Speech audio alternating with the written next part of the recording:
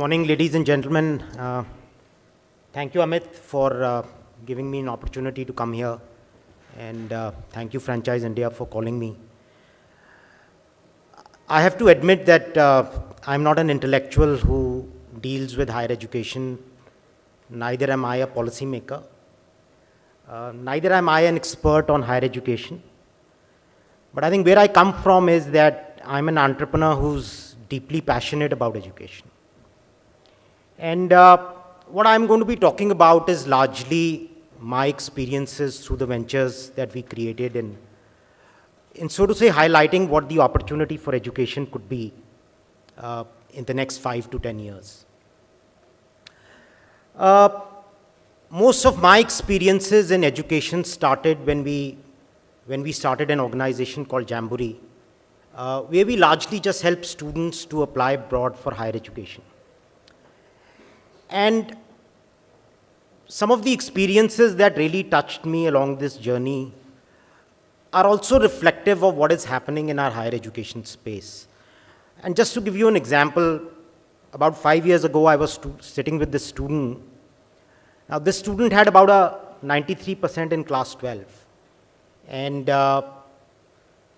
he was applying abroad. He wanted to take the SAT and also go abroad. And so he wrote the SAT. He was admitted to the University of California in Berkeley. So he's very excited. Of course, California, Berkeley is one of the top universities in the world. Of course, his parents were very worried. They didn't want to lose their only son or send that child abroad. So anyway, I think he wrote his board exams finally in class 12. His results came out. He ended up with a 93%. A 93% for this child qualified him to be in Rajdhani College in Delhi University for a BCom. So the choice was pretty stark, California, Berkeley versus a Rajdhani College. And as things would happen, ultimately I think the wish of his family really prevailed over his own desire. And this child never went abroad. And he finished his BCom here in the college he was admitted to, and then I happened to meet this child 3 years later again. And I just felt we had killed the motivation and killed the aspiration of this child.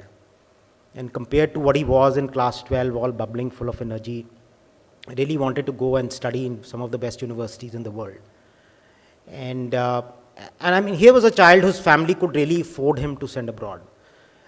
And there are lots of kids whose families can't afford to do that. So, the penny kind of dropped there, and I felt that as a country, probably we'd let down our students. And I firmly believe today that for a lot of our high-quality students graduating out of class 12, we do not have an education for them. We do not have a high-quality education for them. And now just stepping back a little bit, when we think of the word education, what are the instant words that come to our mind? So whenever we think of education, I think the two words that come to my mind instantly when you talk of education, one is teacher and the other one is student, right? And I think it's the experience of inspiration of teaching that a teacher translates to a student. I think that is really education. How inspiring can that experience be for a student? If all of us remember when we went to school or we went to college, some of the best subjects we studied or some of the best courses we remember, I think those courses or those subjects were good because the teachers who taught those courses were really good.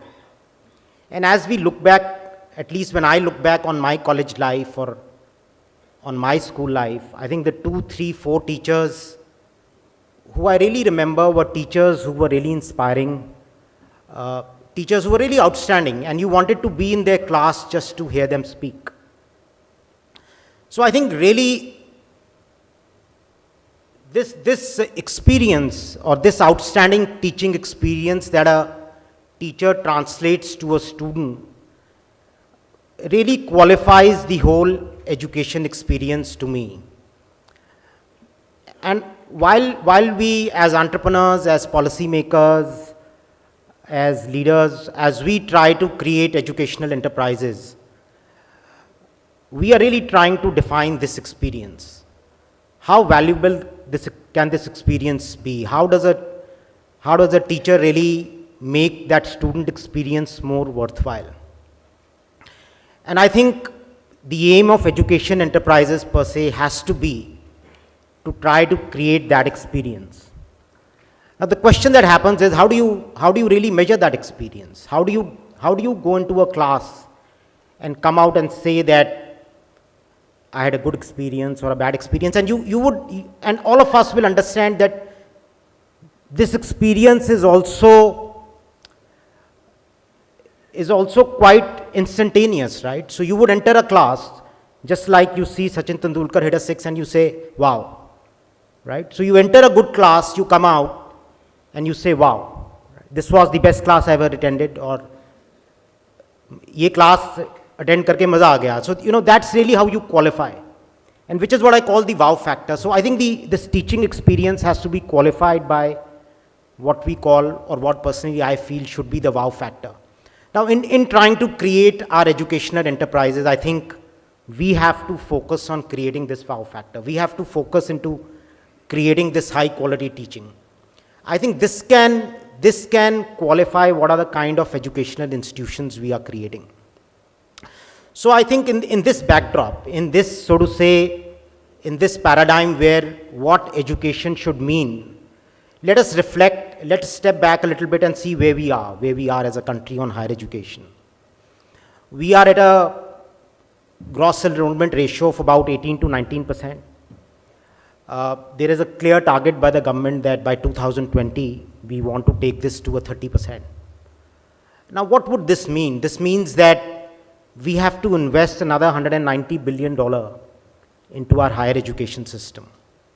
Now, that's a huge lot of investment. I mean, just as a comparison, the education outlay on the 11th plan was 16.5 billion, right? And we have to invest another 190 billion into trying to create the kind of opportunities we want to create. So clearly there's an opportunity. There's an opportunity that lot of people need to get into the higher education space. So there is clearly an opportunity here, whether for profit, not for profit, and I'm not really going into that judgment. Now, is that investment going to come from the government? Yes, for sure. I think the government will continue to invest. The government has been the highest investor in our higher education journey, but I don't think this problem can be solved by government alone. I think private sector has a large part to play. A lot of this investment will come by the private sector. A lot of this investment in the last 10 years has come by the private sector. So I think that's the first case. Clearly there's an opportunity here where investment is required. Now, do we have the market? Clearly there's an opportunity, but do we have the market? Are we willing to pay for that high quality education? And I personally feel, yes, there is a market. The bulk of our country still remains poor. But you also see a dichotomy when you see almost 100,000 students going for higher education abroad every year. And each of this student is spending anywhere between 10 to 20 lakhs per year. So clearly there's a category which needs free education or education which is subsidized. But I think there's clearly a category, and enough of that, which can also pay for high quality education. So clearly there's a market which is willing to pay. Now, is there a regulatory mechanism? Is there a regulatory mechanism possible which can, so to say, fix this gap between demand and supply? And on that note also, I think I'm happy to report that in the last 8 to 10 years, while our central government was still steeped in bureaucracy and not too much change happened, I think a lot of these state governments moved very quickly. Today, I think you have some very great pieces of legislation which allow private universities to be set up. The Haryana legislation, I feel, is quite outstanding. Rajasthan has a great act which allows private universities to be set up. And I'm really not going into the government territory because that's not a territory I know. I think enough gets talked about that. There are enough times when we really do government bashing, so I'm really not getting into that territory. I'm kind of trying to restrict myself to what the private sector can do. So there's an opportunity, there is a market. and there is a regulatory mechanism. There might not be a regulatory mechanism in every state, in every city, but I think when you look at Haryana, you look at Rajasthan, you look at some other states, there's clearly a regulatory mechanism where you can create institutions of higher learning. You can create private universities. Haryana today has almost 17 private universities. Rajasthan has a large number. I won't know the exact number, but they have a fairly large number of private universities. So there is a regulatory mechanism. This mechanism also gives a lot of freedom. It gives a lot of autonomy. It gives a lot of freedom for private people to operate. Then what are the challenges? And so in this environment, when there is an opportunity, there is a market, there is a regulatory mechanism, where are we really stuck then?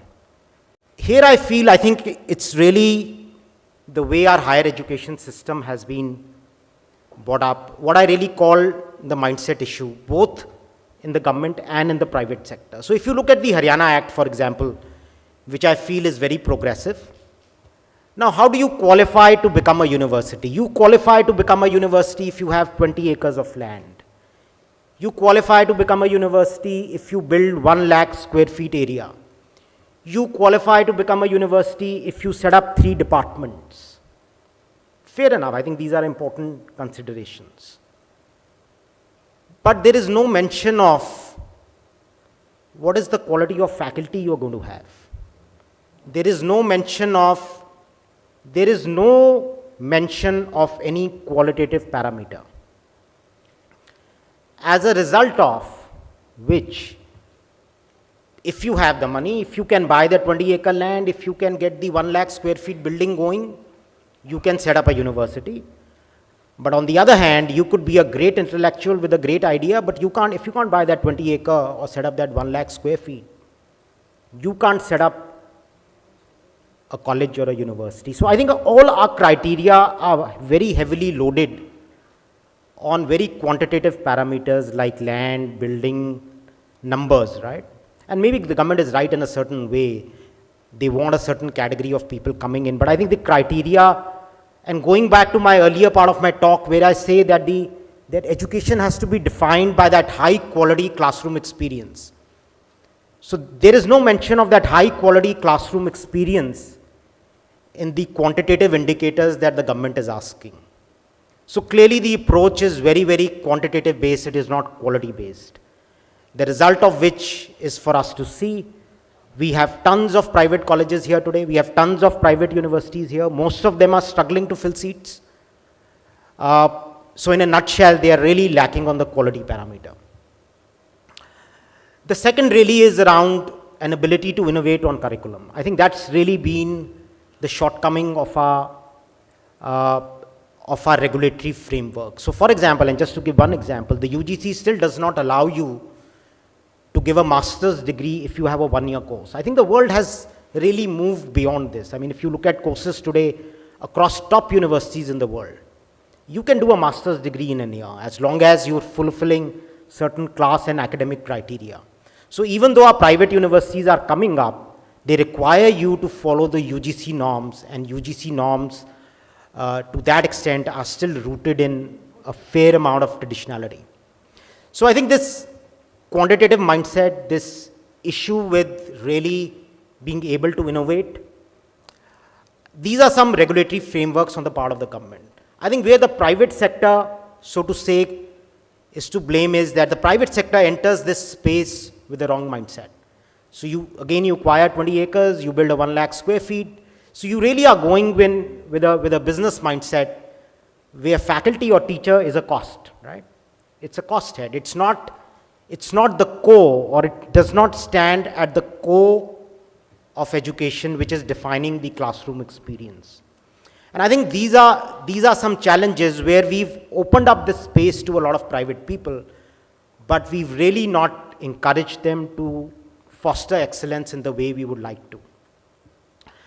And just to close, I just want to spend a minute or two talking about Ashoka University, which is so I think based on some of these thoughts, do we have the kind of education for our people? Can we get excellence in the classroom? Now, some of us got together about 7 years ago to say, can we create an outstanding university coming out of India? And when we say what should be the architecture of such a university, we were clear on a few things. The first thing we were clear on is that I think the vision has to be large. You clearly have to be motivated by a desire to set up one of the most outstanding universities coming out of India. Number two, the classroom experience, the quality of the faculty has to define the academic curriculum. The university really has to be judged by the quality of faculty, not by the quality of infrastructure that is being put up, right? The classroom experience has to really define the university. So we really went out and recruited the best faculty we would get. We went and shared the vision with really the best academics that we could find. So we were able to get a Kaushik Basu or a Ramchandra Guha or a Andre Bete on one platform, saying that we will deliver an outstanding educational experience. Leveraging collaborations, I do feel that a lot of our curriculum is still rooted in traditionality. Now, even something like a computer science, about which the country is crazy for, even if you look at our top curriculum across the IITs, the computer science is largely rooted in traditional systems or mathematics or algorithms. The computer science in the West is moving a lot towards social networks, digital media. I mean, I don't find universities here dealing with that kind of curriculum. Now, how can we bridge the gap? How can we really forge these partnerships to really get the best curriculum back here? And lastly, really innovating on curriculum. Now, if I look at the 4 things that a graduate today should have, I feel every graduate, and no matter whether you want to become a software engineer or a journalist, all of us want a graduate should be a great communicator. All of us want a graduate should be able to solve problems. All of us want that a graduate should be able to think critically. All of us want that our graduates should be socially responsible leaders. Now, but we are not training our graduates to be that, right? We are training our graduates to go through a curriculum and write an exam and score well. So I think innovating on curriculum has to be at the core of it. And I think that's how Ashoka got modeled and is getting created in the way it is getting created. And I do feel, for the sake of this country and the sake of our higher education, that this really becomes a model for higher education in the country. And the last thing I really want to talk about is governance. A lot of the private initiatives come up with the sole motive of profit, and I don't think profit is a bad word. I think, but governance which is broad-based, governance, as Amit pointed out, which focuses on education not for an ROI, but for delivering the highest quality experience. I think a governance has to come on those lines. And if we look across the world, if we look at institutions like Harvard, Yale, Princeton, all of these institutions got created on a similar model. Collective philanthropy, broad governance, no one person really owning the university. I would just like to close my talk by going back to my first argument, where I said that the teacher has to be at the core of the education experience. And if we just look back and again step back, what has prevented us from doing that? I think what has prevented us from doing that is that we have to incentivize our teachers in a similar way as we incentivize some of our heroes. I think a teacher today in India has to have the same kind of excitement or the same kind of respect that a Sachin Tendulkar has. I think when we do that as a country, we will change higher education in India. Thank you.